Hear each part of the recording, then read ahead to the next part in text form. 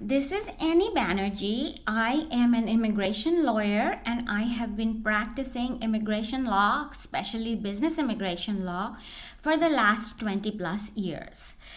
Today I'm going to discuss and share with you what I do with the H-1B RFEs, confining myself to mostly computer industry where the RFEs are more severe, and my strategies of how I can help it.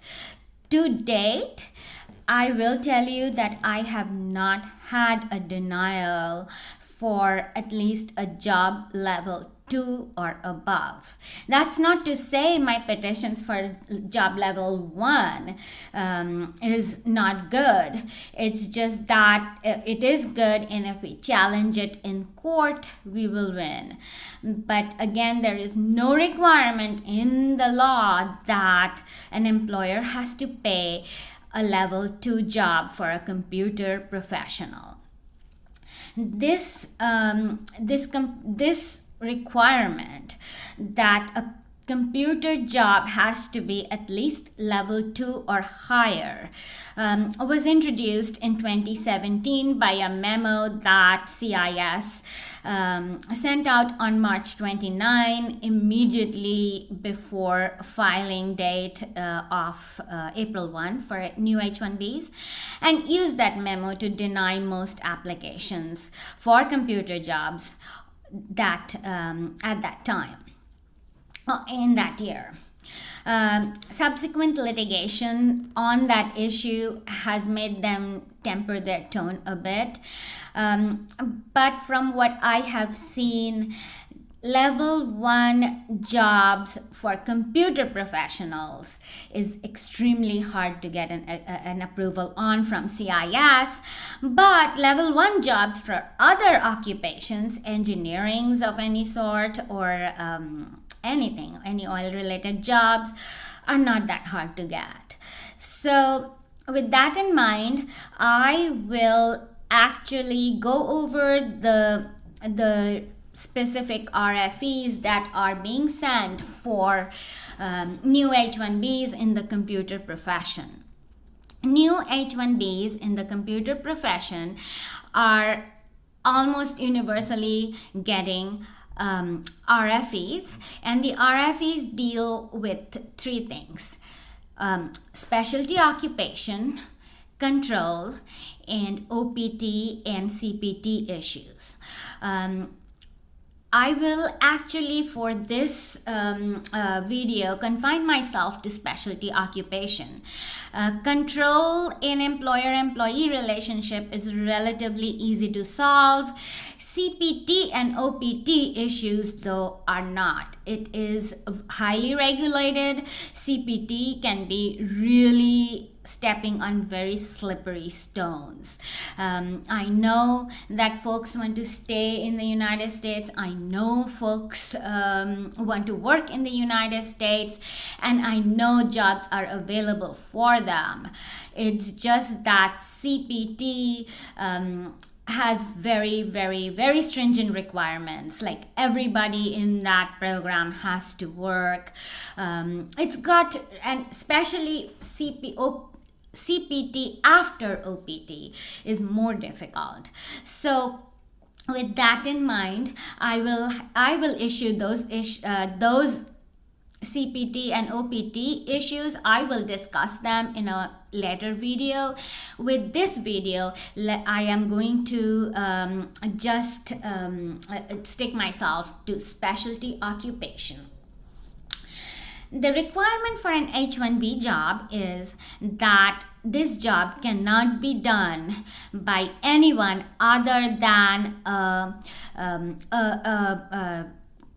bachelor's degree in computer science or related bachelor's degree, MIS, and things like that, plus or MIS, computer applications, whatever it is, cannot be done by anybody other than a bachelor's degree or its equivalent.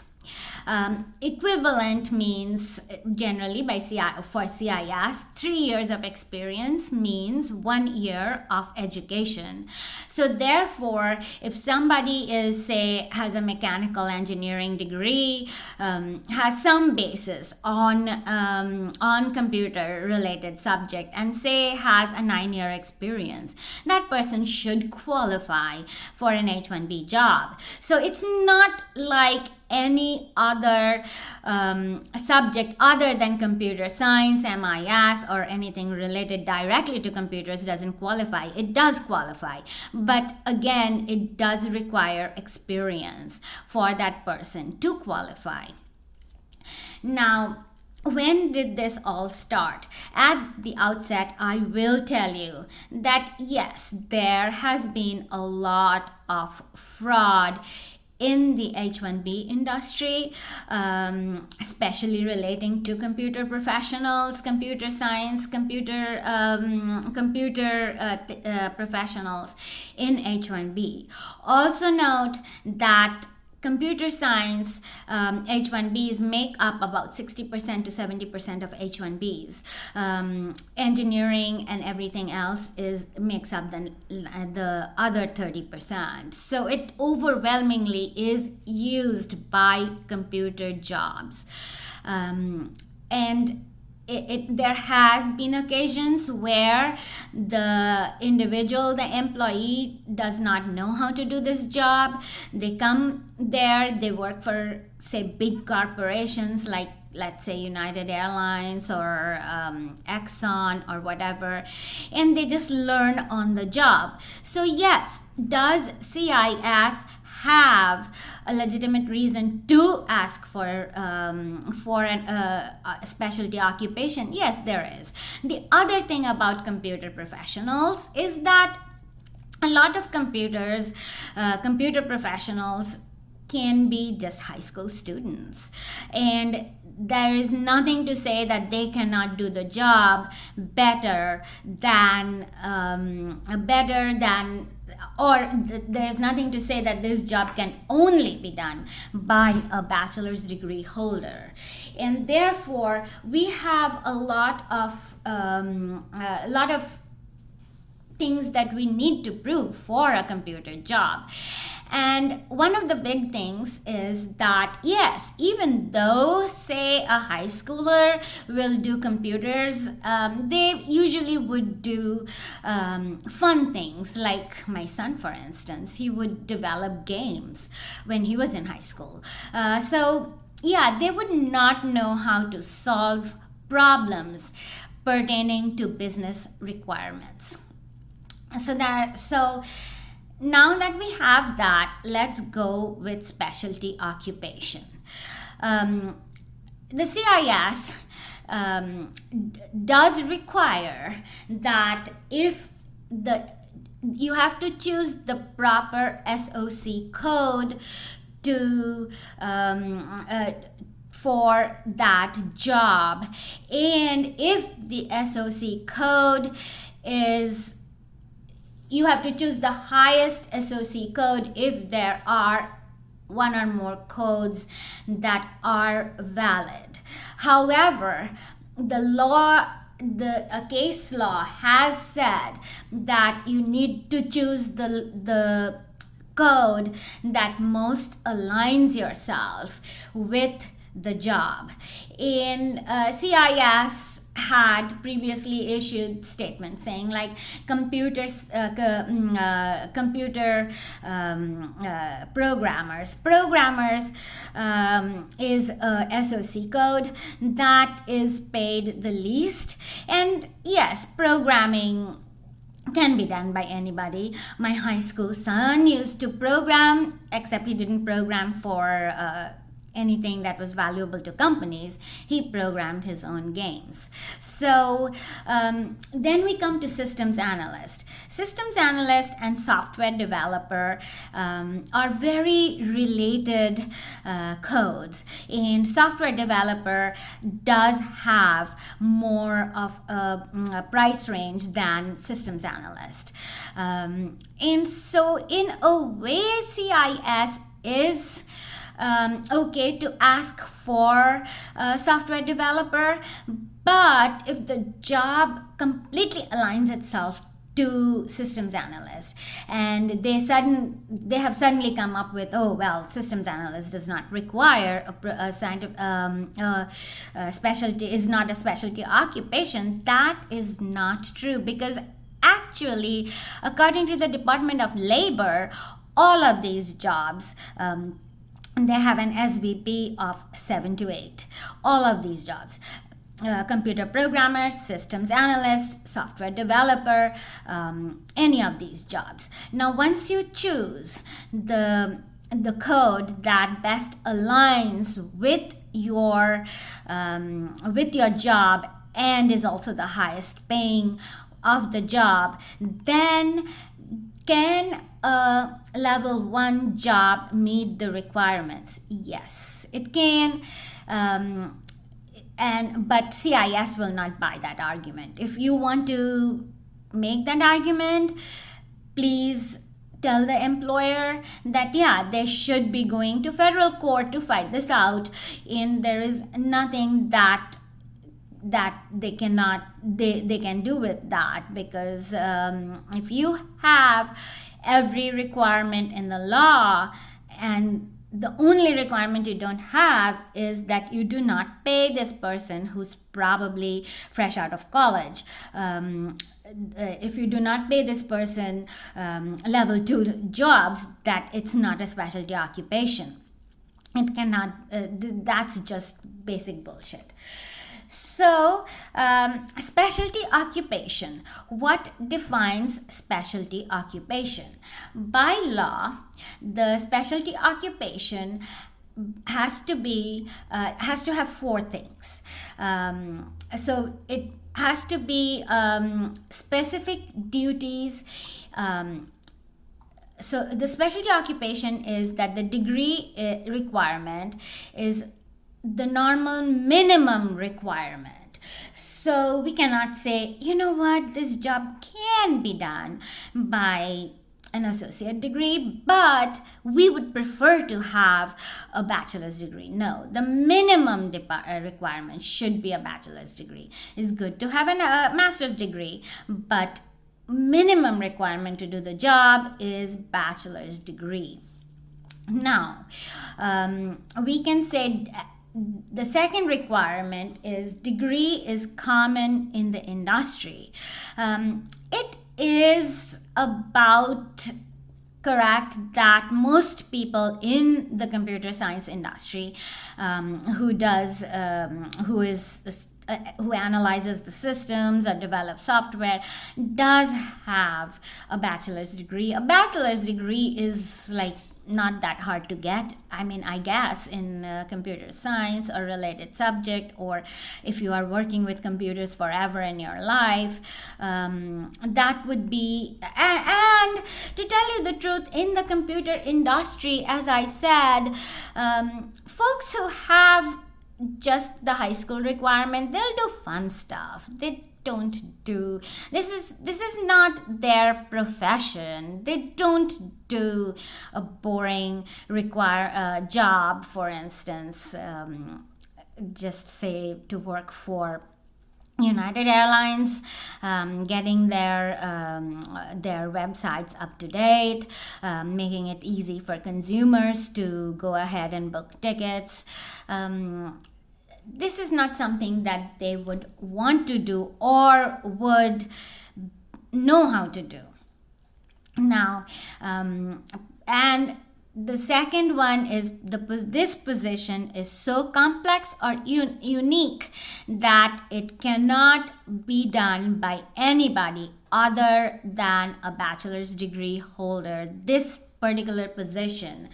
And the third is that the employer normally requires a bachelor's degree holder, and the fourth is nature of specific duties so specialized and complex that it cannot be done by anybody other than bachelor's degree holder. So how we attack it? First and foremost, we go with the law and say that and as you can see that this all these four categories are kind of interrelated. So first we do detailed job description. What I have seen CIS, and the way I operate is that I see RFEs and I will also go through denials and kind of tweeze language out of that and verbatim copy it, because the adjudicator is actually copying and pasting stuff that's already written out for them. So if we can just use that same language, that helps a lot. So degree is by the job description. My job description tends to be, what I do is I will take the ONET job description and give it to the employer and say, look, this is what the Department of Labor suggests that your job description is, and see if you can have this, use this as a template and let me know what your job description is. Once we have those elements established, we also ask the employer, how would you say these elements of the job, what time requirement, percentage of time requirement does the employee have? Once that is done, then we go ahead and we do a detailed description of the job requirements. And my job, we take each aspect and go in details. Sometimes we give examples, like, to do this, for instance, in this project, the employee has to decide X, Y, Z. I'm not a computer professional, neither is the officer. So we do about a 3-page job description. I do write in there that we feel that this is enough of a job description. Going into any more details would not serve any purpose for somebody other than a computer professional. And since the officer is not a computer professional, this is enough for them to adjudicate whether, by looking at the job, if it is specialized or not. Then we have expert in the field. I do not use any expert in the field that is paid expert, because there has been CIS denials and documents saying that, well, you're paying this person, of course he's going to say good things about this job. And that is true. Usually, people in the profession know others in the profession, and they don't mind helping out and writing about this job. Now, to be an expert, I would usually prefer somebody with at least a master's degree or with a very high-level position like a manager. And we get them to write. What we get them to do is talk to the employer and the employee about the job, then talk to the end client person about the job as well, and then look at the job description and then give their own opinion as to why they think that this job cannot be done by anybody other than a bachelor's degree holder in that particular subject. And I get them to write it. I don't pay a dime, and usually we have been very successful with these expert opinions. We also need to get an expert opinion from the project that's being controlled by the end client. The end client, there's a case called Defensor versus Meissner, where the CIS, the employer said, yeah, this job requires a bachelor's degree, but the end client said, not really. I mean, this is not that high level a job that it requires a bachelor's degree. It would be good to have a bachelor's degree, but not really. So this case became something that CIS routinely cites for denying if we do not get a job description from the end client. So what I do with end clients is that I give the employer my own template stating the job requirement for this job as well as the control issues, and that template is given by the employer to the end client. The end client usually fills it out and sends it back to us. So then we have two experts in the field: the end client's expert person who is overseeing the whole petition, the whole project, and then we have, of course, our external person, our external expert opinion. What else do we do? If this is a consulting company, I ask my employer to go to another consulting company just like theirs and just write a letter saying, everybody we hire has a bachelor's degree in computer science, which is very true.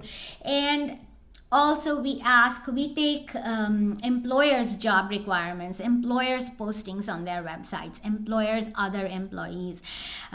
If all of them do have a bachelor's degree, then we can prove that the minimum requirement for the employer is also bachelor's degree. Common requirement in the industry by another consulting company's letter is common requirement for this industry. And expert opinion says this job is unique and this particular job cannot be done by anybody other than a bachelor's degree in that field.